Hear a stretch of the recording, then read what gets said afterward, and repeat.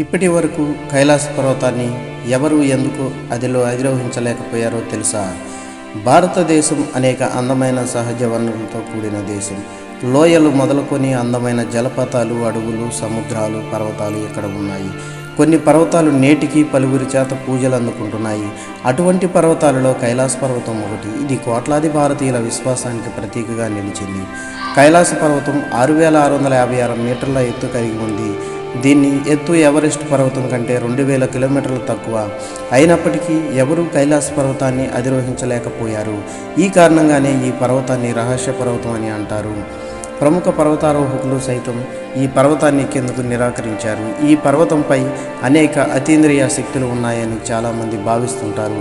ఈ విషయంలో శాస్త్రవేత్తలు ఎటువంటి రహస్యాన్ని ఛేదించలేకపోయారు. ఈ పర్వతాన్ని అధిరోహించడానికి పలువురు ప్రయత్నించినప్పటికీ ఏదీ విజయవంతం కాలేదు. అక్కడి వాతావరణం కారణంగా ఎవరూ అడుగు పెట్టలేకపోయారని చాలామంది చెబుతారు. మరికొందరు ఆ ప్రాంతంలో నావిగేషన్ చాలా కష్టం అని కూడా చెబుతారు.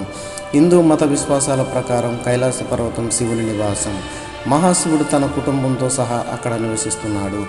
అందుకే ఈ పర్వతాన్ని మోక్ష స్థానం అని కూడా అంటారు. కొందరు భక్తులు తమకు కైలాస పర్వతం వద్ద శివుని దర్శనం జరిగిందని చెబుతుంటారు.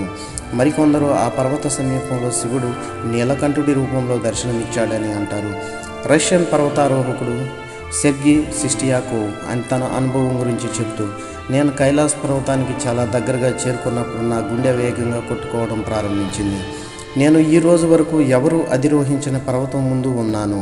ఇంతలో ఒక్కసారిగా నాకు బలహీనంగా అనిపించింది. దీంతో ఇకపై ఇక్కడ ఉండకూడదనుకున్నాను. వెంటనే అక్కడ నుంచి వెనుదిరిగి మనసు తేలికపడింది. కైలాస పర్వతం సహజ నిర్మాణం కాదని, అతీంద్రియ శక్తుల కారణంగా ఏర్పడిన పిరమిడ్ అని రష్యా నేత్ర వైద్య నిపుణుడు ఎర్నెస్ట్ ములాదాసేవ్ తెలిపారు. కైలాస పర్వతం 100 రహస్య పిరమిడ్లతో నిర్మితమైందని ఆయన చెప్పారు. ప్రపంచంలో ఎక్కడా ఎలాంటి నిర్మాణం లేదన్నారు.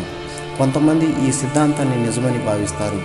ఈ పర్వతం ప్రపంచంలోనే ఇతర ప్రాంతాల కంటే చాలా భిన్నంగా ఉంటుంది.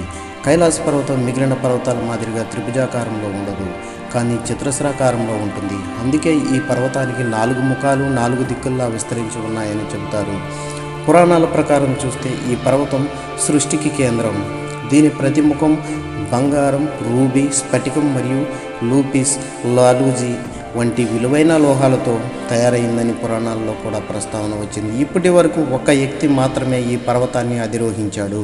కైలాస పర్వతం రేడియో ధార్మికతతో కూడుకున్నదని అంటారు. ఈ పర్వతం వాలు 65 డిగ్రీల కంటే అధికంగా ఉంది. ఎవరెస్ట్ పర్వతంలోని ఈ వాలు 40 నుండి 60 డిగ్రీల వరకు ఉంటుంది. ఈ కారణంగానే అధిరోహకులు కూడా కైలాస పర్వతానికి దూరంగా ఉంటారని చెప్తారు. కైలాస పర్వతాన్ని అధిరోహించే ప్రయత్నం దాదాపు 18 సంవత్సరాల క్రితం అంటే 2001 సంవత్సరంలో జరిగింది. ఆ సమయంలో కైలాస పర్వతాన్ని అధిరోహించేందుకు చైనా, స్పెయిన్ బృందానికి అనుమతించింది. ప్రస్తుతం కైలాస పర్వతాన్ని అధిరోహించడంపై పూర్తి నిషేధం ఉంది. ఎందుకంటే భారతదేశం, టిబెట్తో సహా ప్రపంచంలోని నలుమూలల ప్రజలు ఈ పర్వతం పవిత్రమైన ప్రదేశం అని భావిస్తారు. యోగి మిలారేపా అనే బౌద్ధ సన్యాసి 11వ శతాబ్దంలో కైలాస పర్వతాన్ని అధిరోహించాడని చెబుతారు. ఈ పవిత్రమైన రహస్యమైన పర్వతాన్ని సందర్శించిన తర్వాత సజీవంగా తిరిగి వచ్చాడని చెబుతారు. ఇది పౌరాణిక గాథల్లో కూడా కనిపిస్తుంది.